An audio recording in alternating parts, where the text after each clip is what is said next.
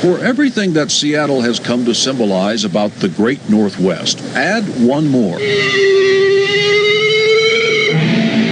It is, for better or worse, the birthplace of grunge.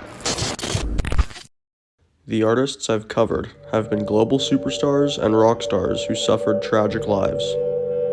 The stories I've covered are widely known, but the one grunge icon whose story has not been told is that of Screaming Trees vocalist Mark Lanegan.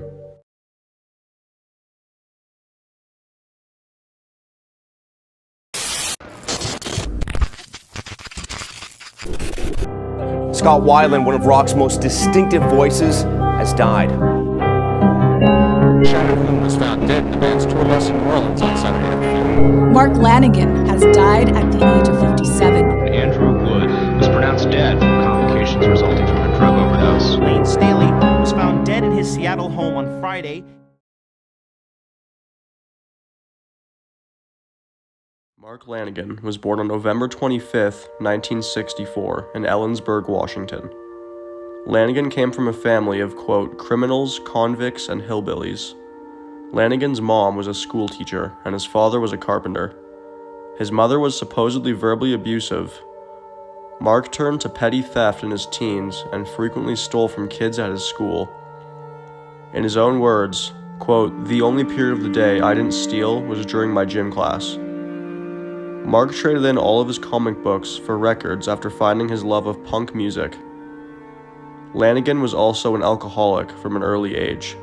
Drinking heavily whilst he was still in high school, Lanegan and his friend decided to rob and destroy his parole officer's van one night, and on the way home was involved in a rollover car accident which partially scalped him and ripped off his friend's thumb.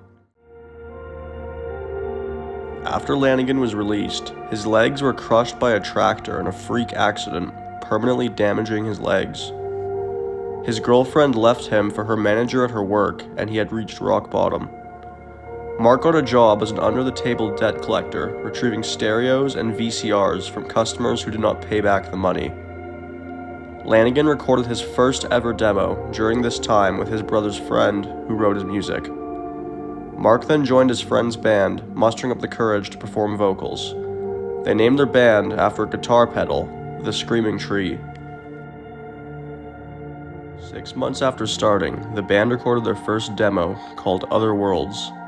The band also released a full-length album called Clairvoyance on Velvetone Records. Whilst touring, a member of the band, Lee, pulled over at a gas station, pulled all of the band equipment out and started destroying it. Mark jumped in and hit Lee in the face numerous times to no effect. Lee then took his duffel and walked out into the world. Lee was coaxed back into the van and the band went home. Lee would spy on Mark if he was with women and would do other odd things. Mark was clean and sober for this first stint, but quickly turned back to old habits whilst on tour. One afternoon, Mark got a call from his friend, Dylan Carlson. He wanted Mark to come see a band play that night. He was impressed with the bass player's energy and tall frame and wanted to recruit him for Screaming Trees. The vocalist, a left-handed guitar player, came up to Mark after the show, telling him, quote, thank you so much for coming out. If you want to do something musical together, please give me a call. They exchanged numbers, and the name on the paper was Kurt. A few weeks later, Mark got a call. A man on the other end said, quote, Chris Novoselic here. I play bass in Nirvana. Are you still looking for a bass player? I can't stand playing with Kurt anymore. Everything has to be his way. Yeah man, we're still looking, Mark replied. Mark told Chris he should work things out with Kurt before joining the band, and Chris didn't end up joining Screaming Trees. Mark and Kurt Cobain had become close friends and got along well. Mark decided after differences between the Trees to get on his motorcycle and drive to Seattle. He got a minimum wage job in Seattle's University District and started dating. Mark was extremely poor and ended up leaving his girlfriend. He moved in with Dylan Carlson and a friend of Dylan's. Slowly, the rest of Screaming Trees came to Seattle, signed with Susan Silver, and it seemed the band was back. Sub Pop Records offered Lanegan one album, a $13,000 contract. He accepted. Mark began to learn to play the guitar, being helped out by Dylan Carlson. Mark released his solo album titled The Winding Sheet. The label then used a picture of Mark he hated for the album cover, and Mark went as far as to drive to Sub Pop, storm into the office, and threaten Bruce Pavitt, the owner.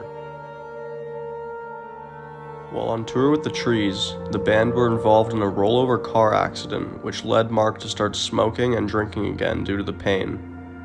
He had taken several heavy blows to the head during this tour and had a severe concussion. Mark fell into heavy daily drinking, and it seemed his sobriety wasn't coming back anytime soon. Mark was clearing entire hotel minibars in one night and had relapsed back into alcoholism. One night on tour, Lanegan was invited by two girls and an odd man to his house. Lanegan accepted and went on to this odd house party. After becoming uncomfortable, Mark went to the bathroom, where it was decked out with pictures of a young man. He realized they were pictures of Red Hot Chili Peppers vocalist Anthony Kiedis. The man was Blackie Dammit, Anthony's dad. Mark quickly left the house as Blackie began making advances on the two girls. Throughout this, you'll hear more stories. Lanegan bumped elbows with a lot of grunge celebrities that I've covered on the channel before, and there's a lot of stories packed into this. Sometime in the early 90s, Mark began dabbling in heroin, trying to use something else to escape his alcoholism. One night while walking to a dope house in Seattle's Capitol Hill neighborhood, Mark came across Alice in Chains' lead singer, Layne Staley. They shook hands and Mark asked Layne, quote, "Are you here for what I'm here for?" Layne replied, "Yeah, I am, but my girl can't know about it." Layne talking about his girlfriend Demri. After walking into the house, Layne led Mark downstairs to score cheap heroin. After this day, Mark and Layne became extremely close friends. Mark went as far as to describe Layne as the brother he never had. At this point, grunge had blown up, and Nirvana's Smells Like Teen Spirit had taken over. The big four of grunge, Alice in Chains, Nirvana, Pearl Jam, and Soundgarden, had taken over the rock scene. Screaming Trees fired back with their biggest album yet, Sweet Oblivion. Barrett Martin was the band's newest drummer, and it seemed they were ready to take things to the next level. Mark also began using heroin more often, and the seeds of addiction were planted. The Trees' song Nearly Lost You was a popular one, being played on MTV and getting the band and Mark some recognition. The Screaming Trees were penciled in to play on Late Night with David Letterman, and if you go watch that performance, you'll notice Lanegan's black eye and the absence of drummer Barrett Martin. This was due to a bar brawl between the two band members and a group of bouncers. Lanegan was known not to back down from a fight, and it got him into trouble on numerous occasions.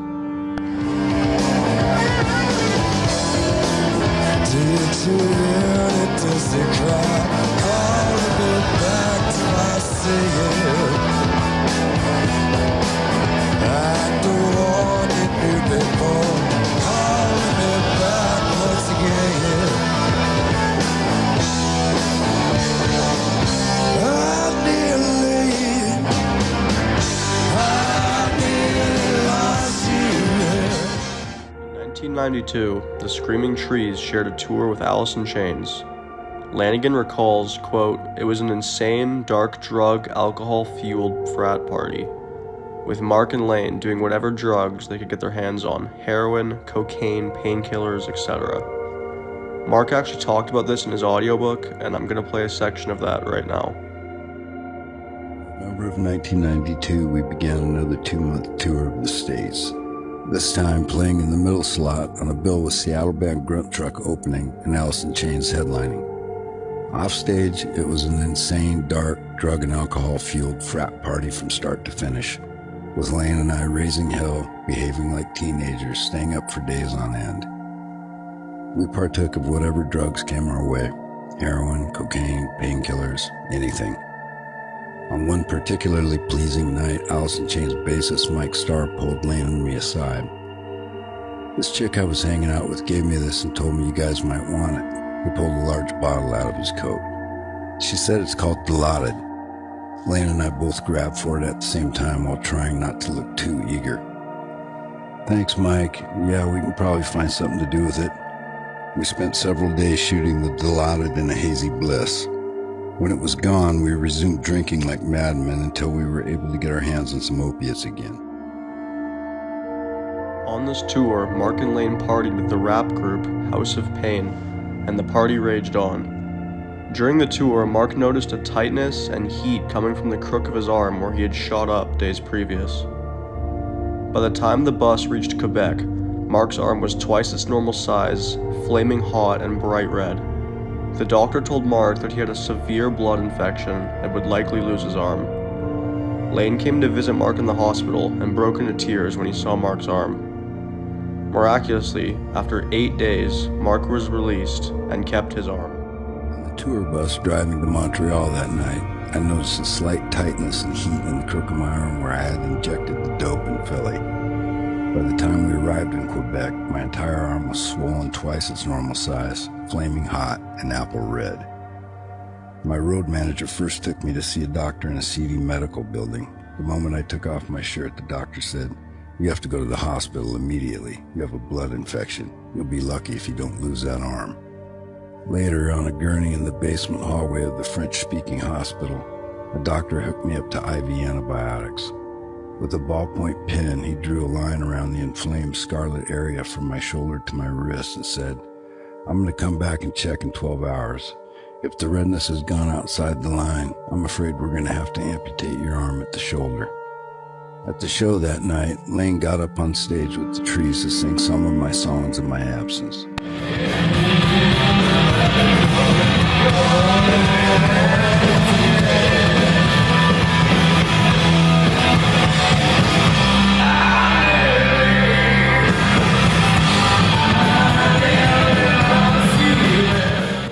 After speaking to a doctor in their native tongue about my condition, she looked at me with profound sadness and shook her head before also breaking out in tears. I was starting to feel like this might not turn out in my favor. Sleeping that first night was next to impossible, with the constant crying and moaning of the elderly woman in front of me and my mind racing about the possibility of losing my dominant arm from the shoulder down. "It looks like it's getting better. We may be able to let you go tomorrow," one doctor would say. Hours later, a different doctor would say, "If this thing isn't better by tomorrow, we may have to take it off." Mark's drug addiction was getting notably worse. As well, on tour with Alice in Chains in 1993, Mark had hid a rig, what addicts call a syringe, inside the wall of the tour bus so it would not be confiscated by border staff. Mark, Layne, and John Hicks would then all prowl the streets of whatever city they were in for heroin and use the shared syringe over and over again. Around this time, Mark's girlfriend had left him, and the Screaming Trees frontman no longer had to keep up the facade that he was clean. Mark was shooting 1 to 2 grams of heroin a day at $150 to $200. Mark had been trying to perfect a solo album with producer Jack Andino, but his addiction had gotten in the way of anything productive getting done. The Screaming Trees agreed to record one more album for Epic Records. Mark's drug use was a known thing now, and the producers and those involved with Epic wanted Mark to seek help. The problem was Mark had fallen in love with heroin. It was his #1 priority, feeding his addiction. The veins in his arms were damaged, and Mark had to resort to shooting heroin into his feet, between his fingers, and between his toes. After seeing the state of Mark, and countless unproductive weeks with no recording, Epic pulled the plug on the album. Lanegan admitted he was broke during this period, and the little money he was making from Screaming Trees wasn't funding his addiction. So Mark turned to dealing drugs to Seattle's more famous musicians and run-of-the-mill junkies. Lanegan most notably dealt heroin to Kurt Cobain, who during this period was one of the most famous people in the world. After 3 years of back and forth and starting and stopping, Mark finished his second solo record titled Whiskey for the Holy Ghost. This was in late 1993, and the end was slowly approaching. In November of 1993, Kurt Cobain approached Lanegan about performing Leadbelly's song Where Did You Sleep Last Night on MTV Unplugged. Mark, being insecure about his celebrity status, didn't think it would be right to perform with the biggest name in grunge, and declined the offer. The two met for lunch in one of Kurt's rare public outings, and Kurt said to Mark, quote, You and Dylan are the only real friends I have. You're the only people in the world I trust anymore. Kurt walked to the ATM and pulled out several $1,000s in cash, handing a stack of it to Mark. Mark didn't want to take the money, but Kurt responded, quote, "I love you and you need it. That's simple, Lanegan. Please take it." Kurt had given Mark a little over $3,000, a small sum for Kurt, but a life preserver for Mark. Late one night, Mark got a call from Kurt. Quote, "He was so fucked up I couldn't understand 3/4 of what he was saying and it scared me. The only thing I understood was that he wanted me to come over and come over right away. Since he did not need drugs, my mind went haywire with worry." End quote. Mark and John Hicks quickly took a cab to Kurt's lakefront home. After knocking and receiving no response, Mark saw through the window Kurt face down and motionless on the floor. The two started banging and prying on doors and windows, desperately trying to get into Kurt's home. Kurt's hand began to move. Quote, "After more banging and yelling, we watched as, with supreme effort that looked like it took every last ounce of physical power he had, Kurt managed to flip over onto his back. After an hour of yelling at Kurt through the window to get up, he attempted to do so, falling every time he tried.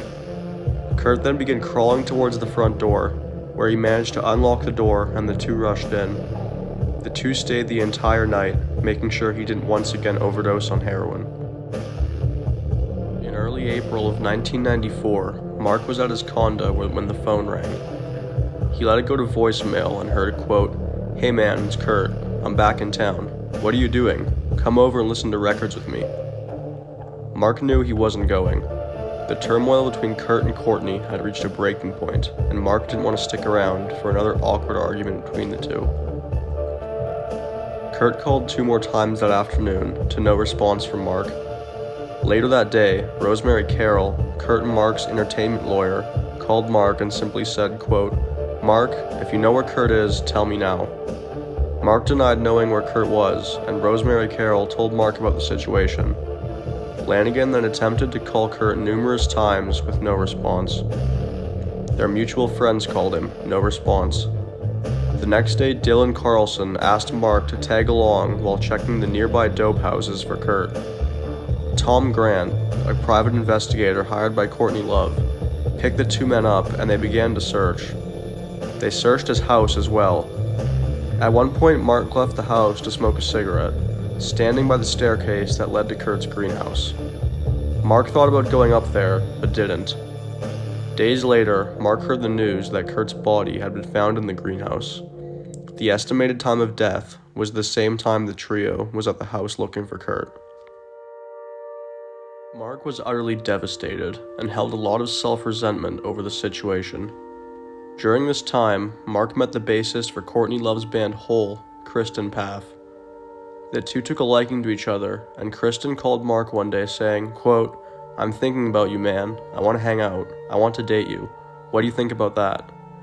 The two agreed to hang out the first week of June 1994, the week Kristen returned from Minneapolis. When June rolled around, Courtney called Mark, clearly upset, to break the news that Kristen had overdosed and died on her first night back in Seattle. Courtney Love and Mark grew very close during this time, with Mark being her shoulder to cry on, as well as her dealer. The two started hanging out, but Mark admitted it was strange. Eric Erdlanson, Courtney's whole band member, sternly told Mark to stop dealing with Courtney, and things seemed to end there. Courtney would leave voicemails to Mark, asking him to come over and see her. These voicemails never ended, and Courtney's tone and the mood seemed to change every time. Mark awoke one night to his apartment manager talking outside his door. There was another voice too, Courtney's. The apartment manager offered to unlock the door and check on Mark, to which Lanegan grabbed a baseball bat and hid behind the door, fully intending to clobber his landlord.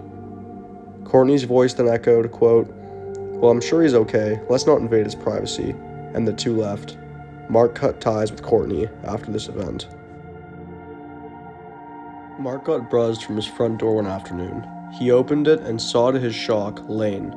He had put on weight and looked extremely healthy. He had come straight from the airport, arriving back in Seattle from rehab.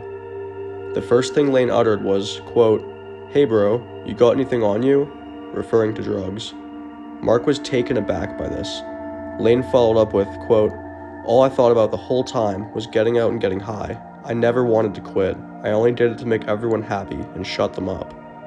Layne shot up in Mark's living room and stayed for hours. Mark made Layne promise not to tell anyone he was using at his house. Months later, Layne called Mark from a recording studio in Seattle. Layne invited Mark to come down. Layne had been recording with Mike McCready of Pearl Jam, Barrett Martin, and Baker Sanders.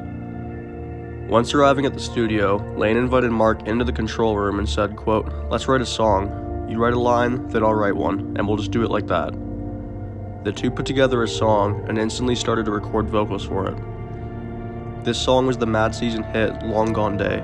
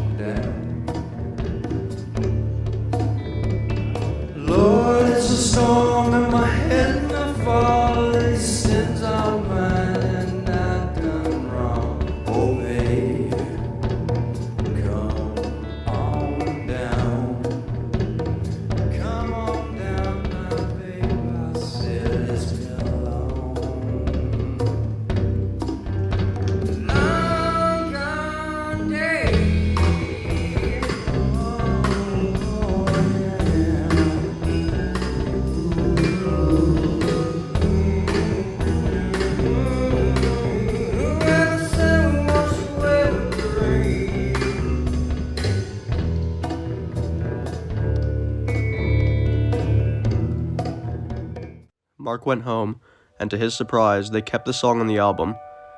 Mad Seasons Above sold quite a few records. Mark had only recorded guest vocals for the song, but to his shock, Mad Season was paying Mark royalties for the whole album. Screaming Trees were attempting to put together a new album, and they scraped together a few songs to release. This was proving to be more difficult than ever for Mark, who had dove headfirst into heroin by this point. In Mark's words, quote, "Whenever I was not working, I was spending most of my free time smoking crack and shooting heroin around the clock with Layne in his apartment." Layne called Mark one night, frantically asking him to come over. Mark walked into the apartment to see Layne laying stomach first on the bathroom floor, looking into a small hole in the wall. "Quiet, man, they're back here. Wait a minute and be quiet, they'll come out again," Layne angrily whispered to Mark. "Who are they?" Mark whispered back. "The fucking spiders, man. I was asleep, and when I woke up, they were coming out of my arm." "Hey, Layne, why don't you get up off the floor and let's go sit on the couch for a minute and talk?" "Shh! Quiet, man, they can hear you." Mark thought to himself that Layne had lost it. "Layne, man, listen to me. I don't see any spiders back there. Just get up for a minute and let's go talk quietly in the living room." Layne got up from the floor and lifted his sleeve, revealing the abscess on his arm. Layne then grabbed his crack pipe, and Mark had to talk him into putting it down. He was clearly in some crack-induced psychosis. Mark brought Layne to his apartment and kept him there for a week. Layne perked up one day and said, quote, "I lost my fucking mind, didn't I?" The two started laughing about the situation. Lanegan was offered the role to open for country music icon Johnny Cash. He jumped at the opportunity and began to prepare for an actual concert, not the punk rock parties he was accustomed to.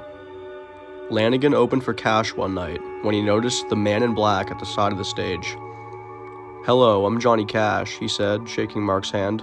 Quote, "Great voice, son. Thanks for singing tonight. I needed to hear that. Good for the soul." Lanegan had flown his father out from Alaska to see Cash, one of his favorite artists. His dad declined the offer to meet Cash himself, telling Mark, quote, "Just being here and seeing him play and hearing your music is enough for me, son. Thank you so much for bringing me here. I'm proud of you, Mark." At this point in his life, Mark was dead broke and dating a homeless crack addict. Mark's door buzzed, and at the door was Demri Parrot, Layne Staley's on-again, off-again girlfriend. She was wearing a hospital gown and had an IV stand with her. "Do you have any dope?" she asked, trying not to look too desperate. Demri had told Mark she had endocarditis, a disease caused by intravenous drug use. The disease can destroy your heart valves and more, but here Demri was, asking Mark for the very thing that got her sick in the first place. Mark's door buzzed again one night. It was Mike Starr, the exiled bassist from Alice in Chains. He was wearing a white t-shirt and boxers. He was extremely dope sick and was trying to score heroin. Mike borrowed Mark's phone and went into the kitchen for some privacy.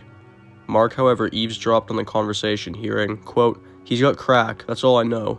No, I don't know if he's got cash up here." Mark then very politely apologized for not being able to help before pushing him out the door. Mike knocked and pleaded to come back in for the next 10 minutes. Mark sat on the couch holding a Desert Eagle 44 Magnum just in case Mike forced his way in. Epic had offered Screaming Trees another chance. They signed a one-album deal, and the band put out what is said to be their best and most successful album, titled Dust, which ranked 2,190th in the overall greatest albums chart. Mark had been making an effort to get clean, and he also begun a fling with 7-year bitch singer Selene Vigil. One time hanging out with Selene, she asked, quote, "What happened to make you so sad?" Mark was taken aback by this question.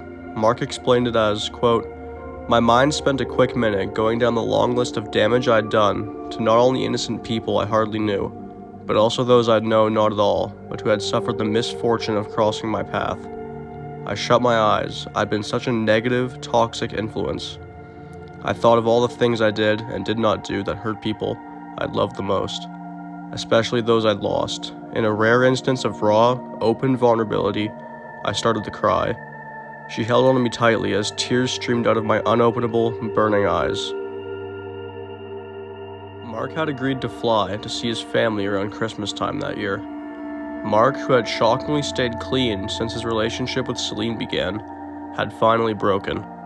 He began looking for a place to score drugs as soon as he landed. He couldn't wait though, and instead of flying to Yakima, he left the plane and walked into the city. He managed to get his hands on heroin and walked back to his apartment. Mark desperately searched for spoons, a lighter, and a rig so he'd get his fix. He did his first shot in 6 months using a candle and was back down the opioid rabbit hole. Mark came to, bought more heroin and rigs before flying to see his family for Christmas. When he touched down, his mother greeted him with, quote, "Finally kicked the drugs, I hear. Is that true?" "Yes, it's true," Lanegan responded. Mark's mother was abusive verbally and occasionally physically, and Mark wanted nothing more than to wrap the visit up and get back to Seattle. Mark went as far as to go to an AA meeting while visiting to get a 30-day sober chip to show his dad. He admitted to being extremely high during the meeting and wanted to keep up the charade of him being sober. Mark and his mother got into an extremely heated argument in her truck on the way to the airport, which I'm not going to disclose all the details of it, just due to the nature of what was said. Mark eventually admitted to Selene that he was back using heroin, and the relationship ended. The year was 1996, and the Trees were out on an East Coast tour to promote Dust. This was the beginning of Mark's feud with Oasis frontman Liam Gallagher. The two were backstage and catering when Liam called out to Mark, "Howling branches!" Mark ignored this joke. Liam repeated it to him, to which Lanegan responded with, quote, "Fuck off, you stupid fucking idiot." "What did you say?" Gallagher responded, getting up and walking towards Lanegan. Mark then challenged him with, quote, "What are you waiting for, tough guy? I'll fuck you up." "You're gonna be very sorry, mate," Liam shouted as he waited for his security to hold him back. The Trees were performing during the tour when Mark spotted Liam in the crowd, arms folded, trying to look intimidating. Mark mouthed an unmistakable "fuck you." A second later he mouthed "come on, motherfucker," and motioned for him to come out on stage, extending him an invitation to his own public ass-kicking. Van Connor, bassist for the Trees, responded to this challenge by inching his way over to Gallagher before clocking him in the head with his Fender bass, nearly knocking Liam to the ground. The Trees finished up, and Liam stormed past with his bodyguards, yelling at Mark, "See you in Miami." Miami was the last day of the tour, and Mark was ready. Mark, upon arriving in Miami, had waited backstage for Gallagher, before being told the Oasis singer had quit and flew back to the UK. In October 1996, Mark got a knock on his door. "Hey buddy, I'm sorry to tell you this, but Demri has passed away. Layne would like you to call him as soon as you can." Mark dialed Layne's number from his hotel, and the first thing Layne said was, quote, "Oh man, I can't believe she's gone," before bursting into tears. Through his tears, Layne said, "I can't stand to be alone right now. When you coming back?" Mark was on tour, so he sent Layne to his condo to hang out with a mutual friend until he was back.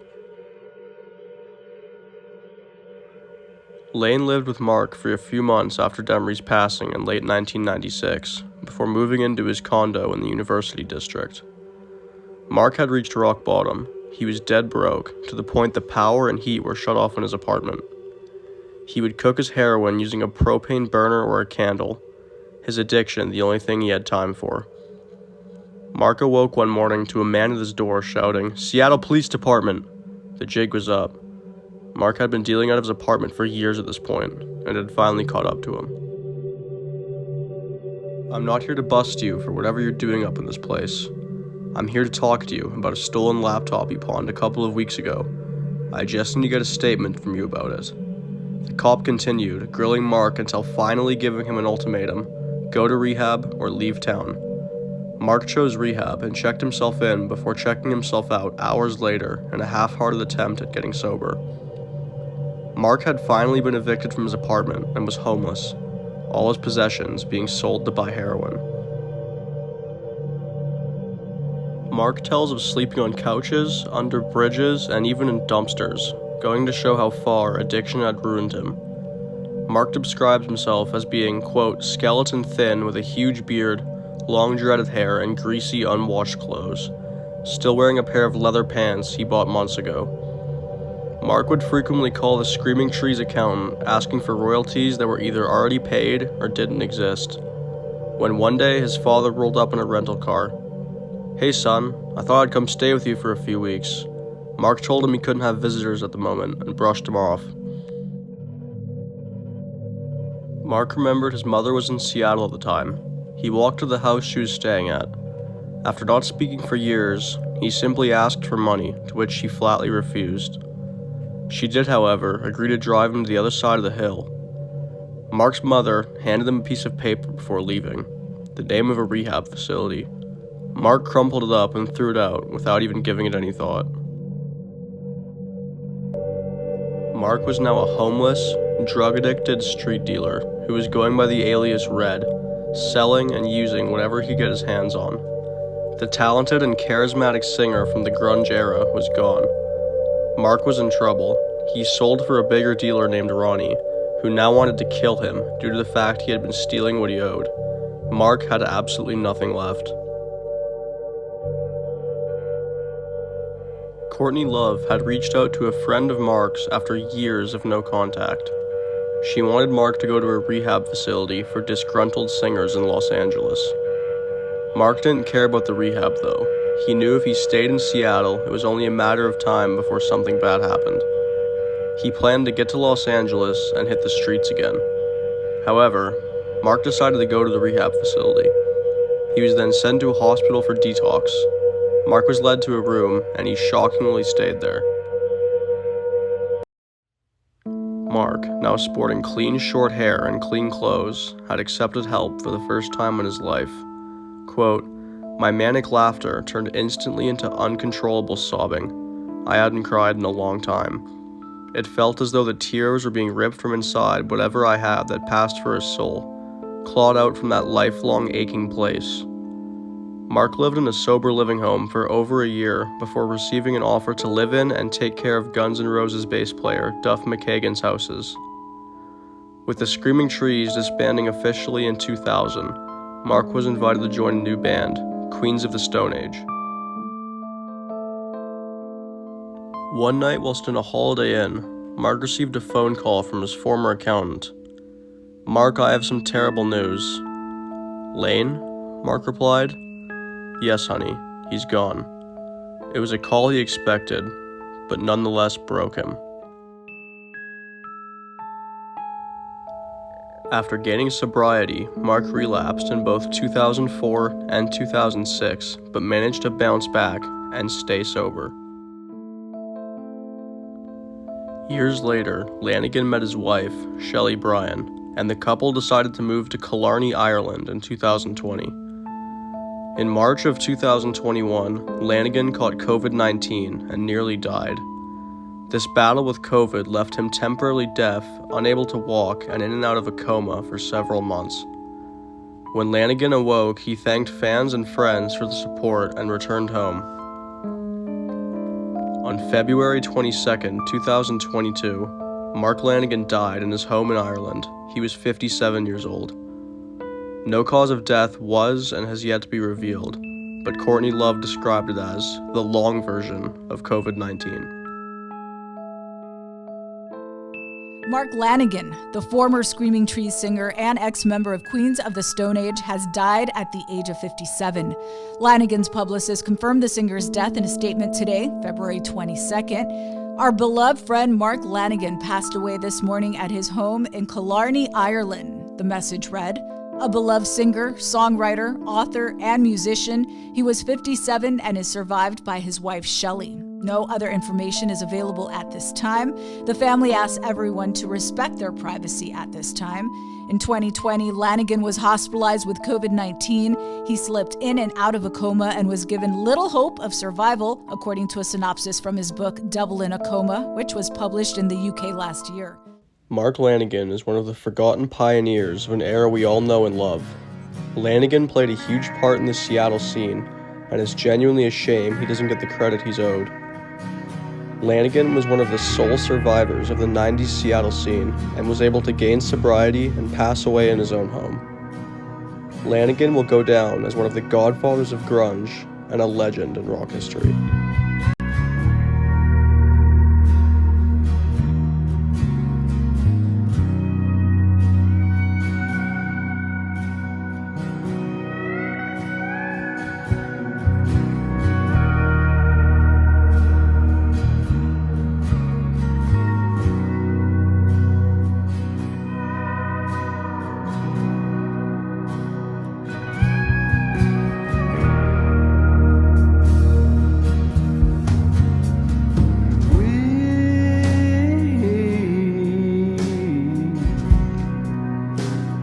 Chase misprinted lines. We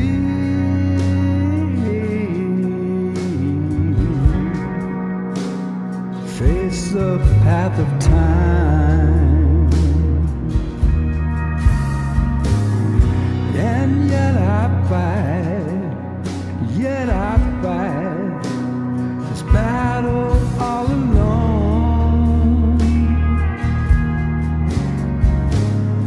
No one to cry to, no place to call home.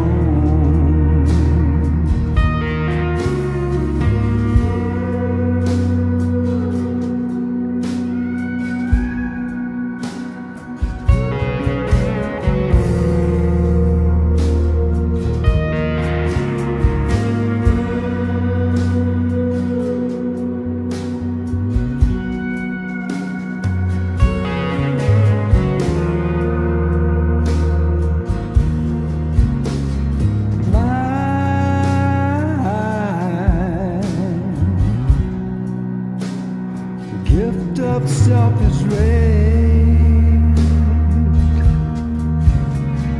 Mine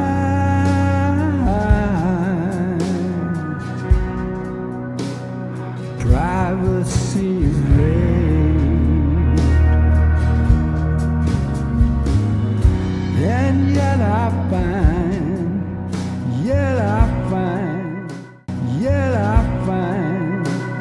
repeating in my head. If I can't be my own, I'd feel better dead.